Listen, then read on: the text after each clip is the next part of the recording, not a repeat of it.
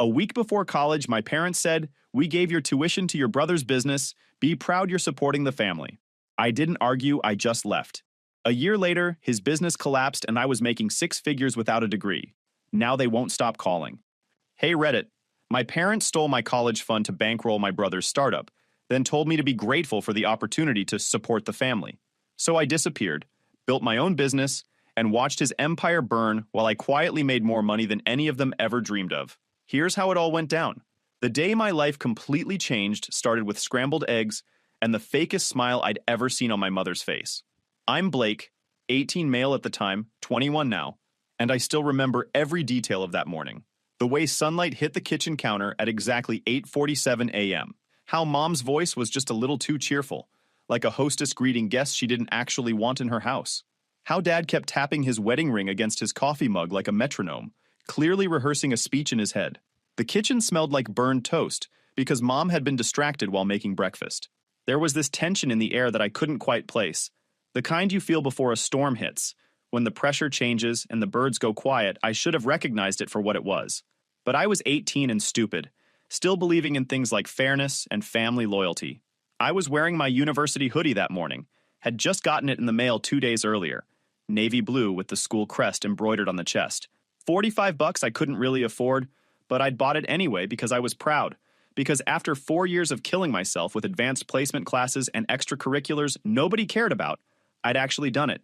Got accepted to a real university with a decent program. 1 week before I was supposed to move into my college dorm, they sat me down for what they called an important family conversation. I'd spent the entire previous year obsessively planning every single detail of my college transition. We're talking color-coded spreadsheets with tabs for course registration, housing logistics, meal plans, textbook costs, and a detailed budget breakdown of every expense for the first semester I'd registered for orientation. Back in April, the first day registration opened. Bought secondhand textbooks from outgoing seniors.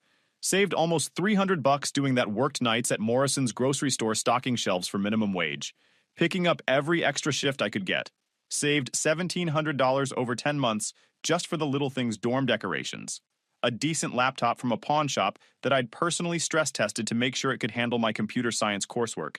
Even one of those tiny dorm fridges, because I'd read multiple forums where college kids complained about campus dining getting old by October. I had post-it notes all over my bedroom wall with lists. What to pack, what to buy when I got there, which professors had the best ratings, which clubs I wanted to join. My roommate and I had already connected on the university Facebook group and planned out how we'd split the space. I'd even memorized the bus routes from campus to downtown in case I needed to pick up shifts at a grocery store there. For most of high school, I'd been the invisible, responsible one, the kid who stayed home on Friday nights doing homework while everyone else was at parties. The one who joined National Honor Society and student government, not because I cared about leadership positions, but because I thought it would look good on applications. The one who took every AP class available even though they were crushing my soul, because everyone said that's what you had to do to get into a good school. For most of high school, I'd been the quiet, responsible one. Straight A's, no parties, stayed out of trouble. Not because I was scared of consequences, but because I thought it would mean something. I thought if I worked hard and didn't make waves, someone would notice. Maybe not with big dramatic praise, but with little things like keeping their promises. Like paying for the tuition they'd been saving for since I was 12. So when mom said, "Blake, sweetie, your dad and I need to talk to you about something important," I just smiled and took another bite of eggs. Had no reason to be suspicious. No reason to brace for the absolute gut punch that was coming. Dad leaned forward with that familiar calm face he always wore when he was about to lecture me about life being unfair. Then he said it. "We gave your tuition money to your brother. His business needs it more right now." Just like that. One sentence. No build-up, no apology, just a cold, clinical statement like he was announcing the weather. I didn't respond at first. Just blinked. Stared at the salt shaker on the table because I couldn't look either of them in the eye. I thought maybe they were joking. Some twisted lesson about appreciating what you have or something. But when I looked up, mom had this strange expression. Not guilty, not embarrassed. Something closer to proud. "You should be happy," she said. "You're supporting the family in a big way. This is what being part of something bigger than yourself looks like." That's when it hit me. They weren't telling me this because they felt bad. They were telling me because they thought I should be proud. Because in their eyes, I wasn't the one with dreams or goals anymore. I was just convenient. Let me back up a bit so you understand the full picture of dysfunction here. My older brother Kyle is 6 years older than me. Growing up, he was the undisputed golden child. Every mistake he made got reframed as a learning experience, or a creative detour, or some other garbage that meant he never faced consequences. Every time I brought home an A, he got a pizza party for remembering to take out the trash once without being asked 4 times first. The double standards were insane. When I was 13 and forgot to mow the lawn because I had a huge exam to study for, I got grounded for 2 weeks and had my computer privileges revoked. When Kyle was 19 and crashed Dad's car because he was texting while driving, Dad's response was to buy him a newer, safer car because the old one clearly wasn't handling right. When Kyle dropped out of college after 1 semester, claiming the traditional education system was stifling his entrepreneurial spirit, my parents acted like he'd just been accepted into an exclusive accelerator program at Stanford. Never mind that he'd failed 3 classes and basically stopped showing up after Thanksgiving break. The narrative became that Kyle was too innovative for conventional education, too forward-thinking to waste time in lectures when he could be building the future. They poured money into his startup like it was some kind of unlimited trust fund. First, it was $5,000 for a logo design and website, then $10,000 for essential tech equipment, which turned out to be 2 Mac Pros and a ridiculous standing desk that cost more than my entire bedroom furniture. Then $20,000 for office space rental, a trendy co-working loft in the hip part of downtown, where Kyle could network with other 20-something founders drinking cold brew and talking about disruption. Every few months, Kyle would come back with his hand out and a new pitch about why this next investment was the one that would finally unlock everything. They always said yes. Always. Even when Mom's car was on its last legs and she desperately needed a replacement, they delayed that purchase because Kyle needed another $5,000 for a marketing campaign that generated 0 actual customers. The company never really took off, but Kyle always had a new pivot, a new idea that just needed a bit more runway. He wasn't lazy, I'll give him that, but he was reckless. Borrowed like nothing had to be paid back, promised things he couldn't deliver, and somehow always managed to convince our parents he was on the verge of something big. The company was called Streamflow, some kind of project management tool that was supposedly going to revolutionize how remote teams collaborate. Except there were already 50 tools that did the same thing, most of them better. But Kyle had convinced himself and our parents that he was building the next big thing. So when I got accepted into a solid university, not Ivy League but competitive, and my parents assured me they had the first year covered, I believed them. Why wouldn't I? I'd followed every rule, played it safe, stayed in my lane, and in return, I was supposed to get my shot. Instead, I got a morning lecture about making sacrifices, served with eggs and toast. I asked one question, just one. So what am I supposed to do now? Dad looked at me like I was being unreasonable. Take a gap year. Get a job. Plenty of kids your age need time to figure things out. I already figured it out, I said, barely recognizing my own voice. I'm supposed to move in next week. We know, Mom said gently, as if that made it any better, and we're really sorry about the timing. But you're smart, Blake. You'll find another way. The worst part wasn't the decision itself. It was how they acted like this was my opportunity to grow. Like being robbed of my future was some kind of character-building exercise. Like I should thank them for the privilege of watching my brother burn through my college fund. I didn't yell, didn't argue, didn't even raise my voice. I just nodded, excused myself from the table, walked upstairs to my room, and closed the door. That was the moment everything changed. Something inside me snapped. Not in some dramatic movie way where I smashed a mirror or punched a wall. It was quieter than that. More final. Like a switch flipping off. I didn't sleep that night. Just sat in bed staring at the ceiling, going over every conversation I'd ever had with my parents that suddenly felt fake. All the times they told me they were proud. All the times they said, "We've got your back." It was like realizing your safety net was made of paper, and you'd been performing tricks 50 feet in the air the whole time. Around 3 a.m., I got up and started actually looking at my options. Not fantasy options where everything works out, but real-world, 18-year-old with no safety net options student loans. I'd need a co-signer, and guess who wasn't going to sign anything for me? Scholarships? Most deadlines had passed months ago, and the few that hadn't wouldn't cover enough working full-time and taking night classes? Maybe, but that would mean 5 or 6 years to get a degree instead of 4, assuming I didn't burn out first. Every option sucked. Every single one. But sitting there at 3 a.m., doing the math on how completely I'd been screwed, I realized something important. I didn't actually need their permission to leave. I was legally an adult. I had some money saved. I wasn't chained to this house, or their expectations, or their warped sense of family loyalty.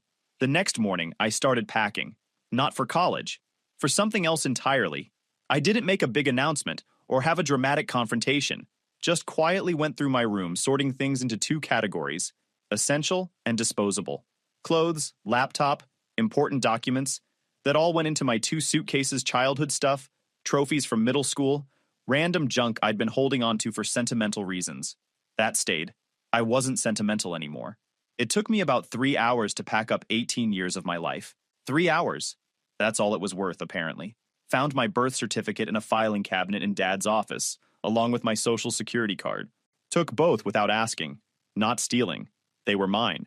But I knew if I asked, they'd find some reason I shouldn't take them yet. Some way to maintain a little bit of control. I left the house with 2 suitcases, the $1,000 I'd saved from Morrison's grocery store, and one rule permanently burned into my mind. Never rely on anyone who treats you like a backup plan. Mom caught me loading my stuff into my beater Honda Civic around noon. She came out the front door with this confused expression, holding a dish towel she'd been using in the kitchen. "Blake, honey, where are you going?" she asked, like I was just running an errand. "Moving out." "Moving out? What do you mean? You're supposed to leave for school next week." "Not going to school anymore, remember? You gave away my tuition." Her face did this complicated thing where she tried to look sympathetic and annoyed at the same time. "Well, you can't just leave. Where will you go? What about your job?" "I'll figure it out." "Blake, don't be dramatic. Come inside and we'll talk about this like adults." That line almost made me laugh. Talk about it like adults. Like the adults who made a major financial decision about my future without even consulting me first. Like the adults who'd been lying to me about saving for college while Kyle burned through their money on a failing company. "Nothing to talk about," I said, slamming my trunk shut. Dad appeared then, walking down from the driveway where he'd apparently been watching. "Son, your mother's right. This is an overreaction." "Is it?" I looked at him directly. "You took $18,000 that was supposed to be mine and gave it to Kyle without asking, without even warning me until a week before I was supposed to start school. That's not an overreaction trigger. That's a natural consequence. We're still your parents," Dad said, voice getting that edge it always got when someone questioned his authority. "You don't get to just walk away from family. Watch me." I got in my car before either of them could respond. Started the engine, backed out of the driveway while Mom stood there wringing that dish towel, and Dad's face went red with the kind of anger he only showed when he couldn't control something. Drove away and didn't look back. Not once. I moved in with Tyler, a guy I used to work with at Morrison's who had a spare room in his apartment across town. It wasn't glamorous. No air conditioning, even though we were heading into September. Had to sleep on a futon that creaked if I breathed too hard. And the bathroom had this persistent mildew smell that no amount of cleaning could eliminate. But it was mine. More importantly, it wasn't theirs. Tyler was cool about the whole situation. Didn't ask too many questions when I showed up with 2 suitcases and a haunted look. Just showed me the room, handed me a spare key, and said rent was $300 a month plus splitting utilities. Cash only because he was subletting and his landlord didn't know he had a roommate. Not exactly legal, but I wasn't in a position to be picky about housing arrangements. The room was maybe 10 by 10 feet, barely big enough for the futon, and a small desk Tyler had pulled from somewhere one window that looked out onto the parking lot. Walls that were beige except for spots where previous tenants had tried to paint them other colors and given up halfway through. But you know what? After 18 years of sleeping in a house where every room reminded me how little I mattered, that beige room with its terrible futon felt like freedom. I didn't cut them off completely at first. They texted a few times that first week, checking in like nothing had happened. Mom, how's the job hunt going? Mom, let us know if you need anything. Dad, your brother's really excited about this new funding round he's working on. Investor presentation went well. That last one made me laugh bitterly. Kyle was excited. Of course he was. He'd just gotten an $18,000 cash injection courtesy of my future, and apparently investors were now interested because he finally had enough runway to look semi-legitimate. I stopped responding after day 3. Not out of spite initially, but because I had actual work to do. Real survival-level work.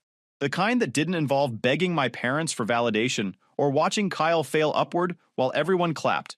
Here's what most people don't understand about being broke at 18 with zero safety net and no backup plan. It clarifies things. Real fast. You stop caring about comfort or appearances or what your family thinks. You just focus on not becoming homeless. Then, if you're smart and angry enough, You focus on more than just survival. I picked up 2 jobs within the first week. Kept my Morrison's grocery store gig, 30 hours a week stocking shelves from 6 p.m. to midnight, which paid $8.50 an hour and came with exactly 0 benefits.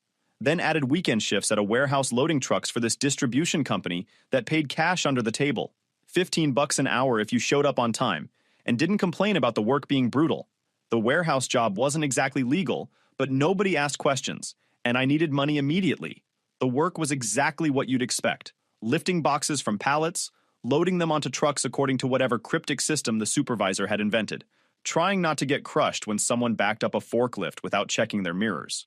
We worked in this massive building with no climate control, so in September it was still 90 degrees inside, and everyone was soaked in sweat within 15 minutes. Between both jobs, I was pulling 60-hour weeks and sleeping maybe 5 hours a night on that terrible futon. I'd finish my grocery store shift at midnight, get home around 12:30 a.m., set my alarm for 5:45 a.m., then wake up to be at the warehouse by 6:30 for weekend shifts. Sunday nights, I'd go straight from the warehouse to my grocery store shift without going home, just changing clothes in my car and using baby wipes to make myself semi-presentable. My body felt like it was falling apart. My back hurt constantly from lifting boxes that were way heavier than the shipping labels indicated. My hands were always covered in cuts and scrapes from cardboard edges and pallets with splinters. I'd come home at midnight too tired to even microwave food, just collapse on that creaky futon fully clothed and pass out. But here's the thing. I wasn't miserable. I was angry. And anger, when you channel it right and don't let it eat you alive, is pure rocket fuel. During those rare moments when I wasn't working, like my 15-minute lunch breaks at the warehouse, or the dead hour at Morrison's between 9 p.m. and 10 p.m. when nobody shopped, I was on my phone not scrolling social media or playing games or any of the things normal 18-year-olds did. I was learning. Started with YouTube tutorials about digital marketing because some guy at the warehouse mentioned his girlfriend made decent money doing freelance social media management. Watched videos about SEO, content creation, copywriting, all these terms I'd barely heard of. Moved to Reddit threads about freelancing, where people shared their income breakdowns and strategies. Found articles about people who'd built entire businesses from nothing, with just a laptop and internet connection. That's when I discovered content creation as an actual business model. Not the influencer stuff where you post selfies and hope brands notice you. I'm talking about businesses that needed writers, designers, video editors. Companies paying real money for people who could make their websites look professional instead of like they'd been designed in 2003 by the owner's nephew. I started with Fiverr. Made a profile offering to write product descriptions for $5 a pop. My first gig came 3 days later. Some dropshipping store needed descriptions for 50 items, paid me $250 total. Took me 12 hours to finish, but I did it. The client left a 5-star review, then another gig came, then another. Within 2 weeks, I was making more on Fiverr than at the grocery store. I quit the grocery store, kept the warehouse job for stable income, but shifted my focus to building a real freelance business. Started charging more, took on bigger projects, learned faster than I ever did in any classroom. 3 months in, I'd saved $5,000, more money than I'd ever had in my life, and nobody could take it from me.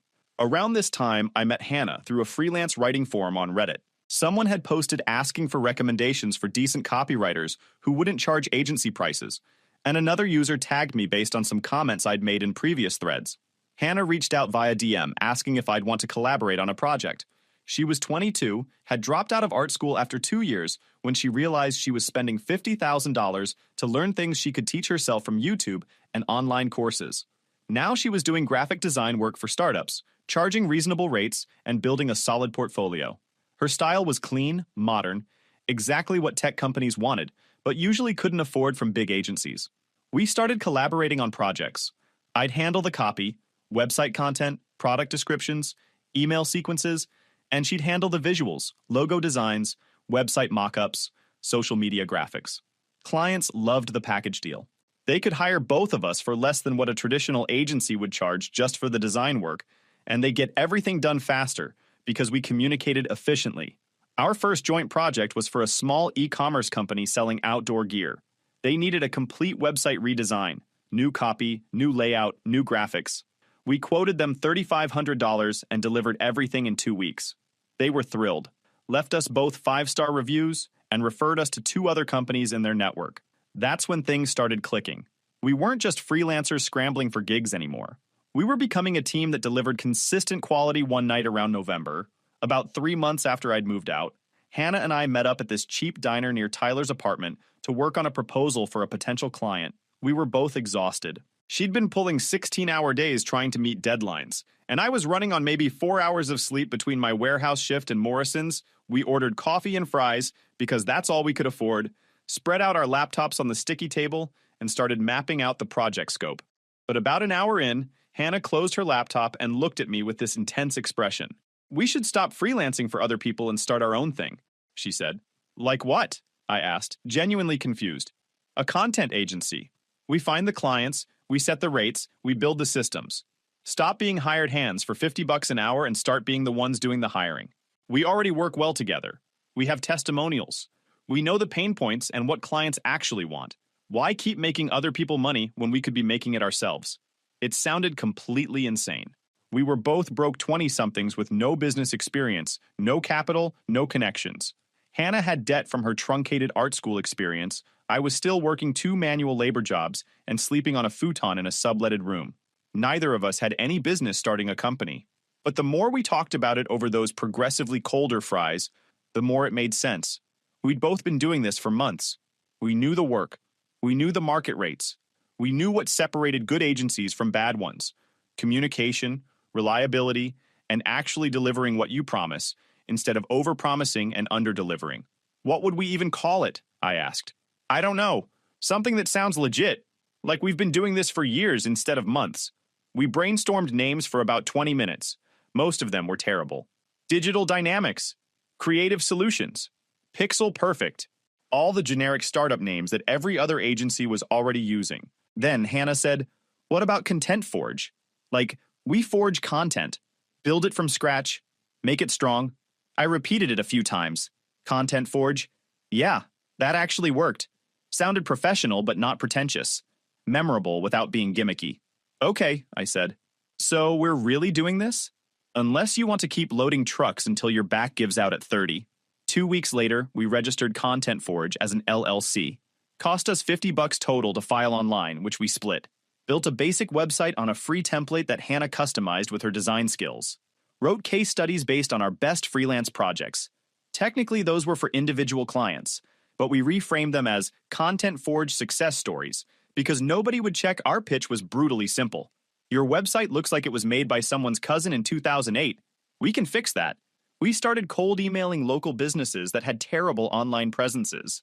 Restaurants with websites that looked like MySpace pages. Real estate agencies still using stock photos from 2005.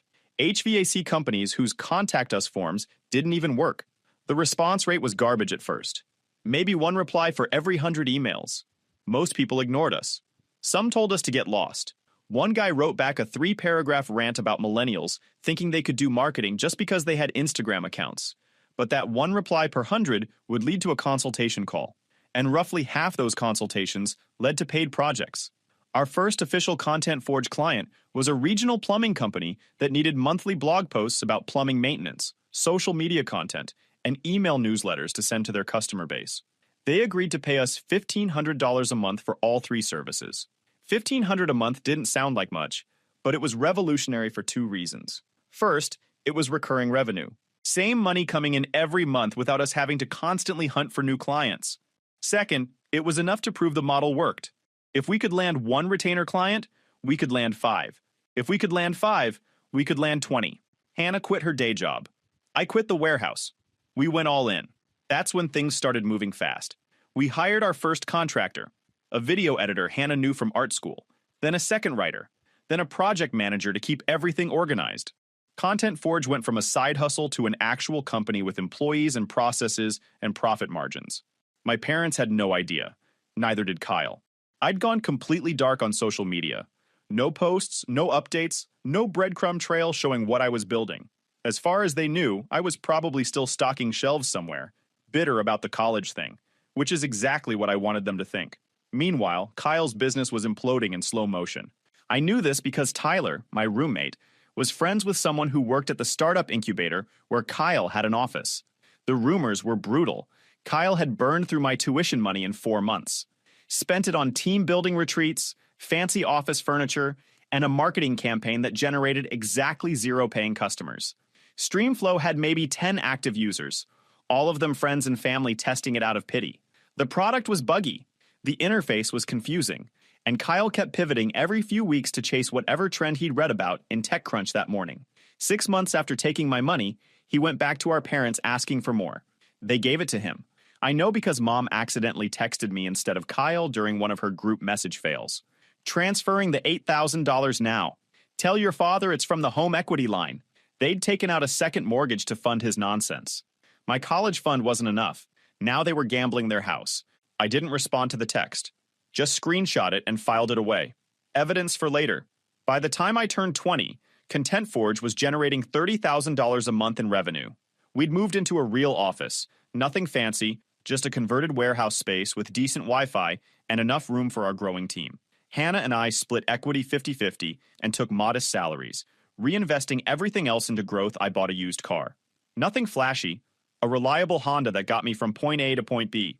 Got my own apartment, this time with actual furniture instead of a futon. Started saving money in a real investment account instead of just letting it sit in checking. Life wasn't perfect, but it was mine.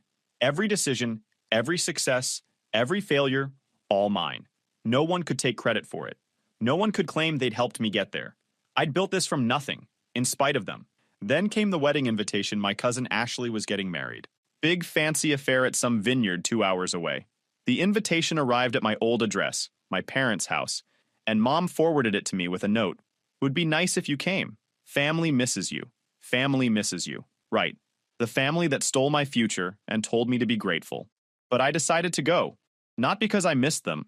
Not because I wanted to reconcile. But because I was ready for them to see exactly what they'd missed. I didn't tell them I was coming. Just RSVP'd directly to Ashley and showed up the day of the wedding looking like someone who had their life together. Good suit, confident walk, the kind of presence that makes people look twice. The venue was one of those upscale barn conversions that charged 5 figures for the privilege of getting married in a building that used to house cows. White string lights everywhere, exposed wooden beams, mason jar centerpieces. The whole Pinterest aesthetic that was trendy a few years ago and somehow still persisting. The parking lot was packed when I arrived. I'd driven up solo in my reliable Honda Civic, still the same car I'd had at 18, but now paid off and maintained properly. Parked between a BMW and a Mercedes, which felt weirdly appropriate given the circumstances. I walked in wearing a charcoal gray suit I'd bought off the rack and had tailored to actually fit nothing fancy, but it looked professional.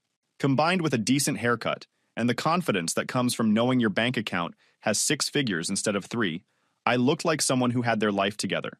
The ceremony space was packed with relatives I hadn't seen in years. Most of them probably assumed I'd dropped out, moved back home eventually, maybe working retail somewhere, and living paycheck to paycheck, the black sheep who couldn't cut it. The kid who'd had a full ride to college. The story had gotten distorted over time, but couldn't handle the pressure. I scanned the room methodically until I found them. Mom and Dad at a table near the bar, looking older and more tired than I remembered. Dad's hair had gone almost completely gray. Mom had this tightness around her eyes that came from stress or lack of sleep or both. They looked like people who'd made a series of expensive mistakes and were still paying for them. Kyle was there too, standing near their table and nursing a glass of something while staring at his phone. He'd lost weight in a bad way, the kind that comes from stress and irregular eating, not from working out. His suit looked slightly too big, like he'd bought it when he had more money and hadn't replaced it since losing some. Our eyes met across the room. He blinked hard, like he couldn't quite process what he was seeing. I gave him a single nod. Not friendly, not hostile, just acknowledgement. Mom noticed me about 30 seconds later. Her face went through this fascinating progression. Confusion. Who is that? Recognition. Wait, is that Blake? Automatic smile. Must maintain social appearances. Then something close to panic. Oh no, he's actually here. She stood up so fast she nearly knocked over her chair. Started walking toward me with this forced brightness that didn't reach her eyes. Blake, she said, slightly breathless. Hi, I didn't know you were coming. We didn't see your name on the RSVP list. Wasn't sure I'd make it, I said smoothly. But one of the event sponsors invited me personally. Thought it'd be good networking opportunity. Her smile faltered. Event sponsors? Yeah. ContentForge is handling some of the promotional work for the venue's expansion into the event marketing space. They're trying to book more weddings and corporate events, so we're developing their content strategy. I said it casually, like it was no big deal. Like I hadn't spent 2 years building a company from nothing, while they were probably telling relatives I'd gone off the grid, or was finding himself. The look on her face was everything I'd needed to see. Not quite understanding, but knowing something had shifted. I wasn't the broke kid who'd left with 2 suitcases anymore. Dad joined her a moment later. His smile was tighter, more controlled. Years of practicing professional courtesy in business settings, I guess? Son, he said, extending his hand like we were business associates instead of family. It's good to see you. I shook his hand briefly. Firm grip, eye contact, all the corporate power play stuff he probably thought mattered. Likewise, I replied. He tried to ask more. Where was I living? What had I been up to? The generic catch-up questions you ask when you haven't seen someone in years. But before he could get too far, the event planner approached with a clipboard. Mr. Morrison? She said, looking at me. That's me. Just wanted to confirm your table placement. You're at table 12 with the other vendor representatives and sponsors. We really appreciate Content Forge's partnership on this project. She said it loud enough that my parents definitely heard every word. Dad's face did something complicated. Mom looked like she'd been slapped. The wedding reception unfolded like a stage play, and I was done playing the background character. My parents sat stiffly at their table, barely touching their food. Kyle hovered nearby, clearly rattled, glancing toward me every few minutes like I was a ghost he couldn't quite banish. A few cousins made small talk with me. Polite, curious, awkward. One of them, Brandon, leaned in with a smirk and said, "Didn't you skip college or something? What are you up to now?" I didn't say much, just gestured toward the Content Forge display at the sponsor table, a clean banner with our company name, a QR code, and a brief description. Digital content agency specializing in scalable brand storytelling. Brandon scanned the code out of curiosity. It led to our website, which prominently featured a case study titled From 0 to 500,000 ARR, How Losing Everything at 18 Forced Me to Build Something Real. The case study was intentionally vague. No names, no direct accusations. Just a clean, data-driven narrative about a young person who lost their college opportunity due to family investment priorities, turned to freelancing out of necessity, and built a successful agency through sheer determination. But anyone with half a brain could read between the lines. And judging by the look on Kyle's face when he scanned the code, yes, I saw him do it. He definitely could read between the lines. The fallout started 2 days later. Text from Dad. We need to talk. Face to face. I didn't reply. Text from Mom. Your post. People are asking questions. Please take it down. That made me laugh. Take it down. After they'd framed me as the selfless little brother who nobly stepped aside for the future entrepreneur of the family. No. This was the reckoning. And it wasn't even personal anymore. It was structural, clean, unavoidable. Because the moment that case study went viral, and it did, shared across LinkedIn, Reddit, and several business forums, people started connecting dots. Hannah told me Kyle's former contractor, the one he'd ghosted after promising stock equity, shared the link on Twitter with the caption, "Oh, so this is why he never paid me."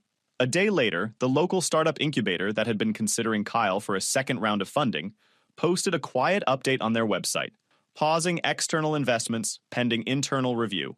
Translation: Kyle wasn't just off the list, he was toxic. Meanwhile, several of Kyle's early investors, mostly local business owners my dad played cards with, were not happy.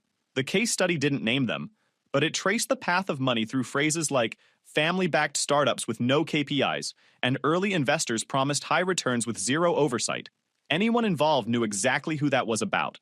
One of them, Dr. Phillips, apparently cornered my dad at a neighborhood barbecue and asked point blank, "Did you give Blake's tuition to Kyle's startup?" Dad didn't answer, but silence in those circles speaks volumes. I started hearing from people, old teachers, high school classmates, even one of Kyle's exes. They all reached out with some variation of, "I read your article, I had no idea." Because that was the power of truth. Not shouted, not dramatized, just documented, calm, measured, unapologetic. Kyle tried to respond. Sort of. He published a blog post titled, "Entrepreneurship is Messy. Lessons from a Startup That Didn't Go as Planned." It was full of vague apologies and corporate jargon phrases like pushing boundaries and building under pressure and learning from challenges. No specifics, no accountability, just word salad. No one bought it. The comments section was brutal. This is what happens when you play with other people's money. Your brother had every right to speak up. You didn't fail because you took risks. You failed because you took people for granted. My parents didn't respond publicly. That wasn't their style, but they felt it. The calls stopped. The texts dried up. Mom unfriended half the extended family on Facebook. Dad shut down his LinkedIn. At first, I thought it was shame, but it wasn't. It was control slipping through their fingers. Quietly, relentlessly. If you enjoyed this video, please hit that subscribe button. It really helps the channel and help us bring you more and better stories. Thanks.